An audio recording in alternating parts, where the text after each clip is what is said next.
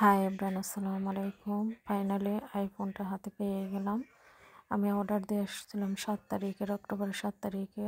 আর 17 তারিখে ওইখান থেকে কল আসছে যে আপনাদের ফোনটা আহ, আমাদের এখানে আসছে, আপনারা এসে নিয়ে যান।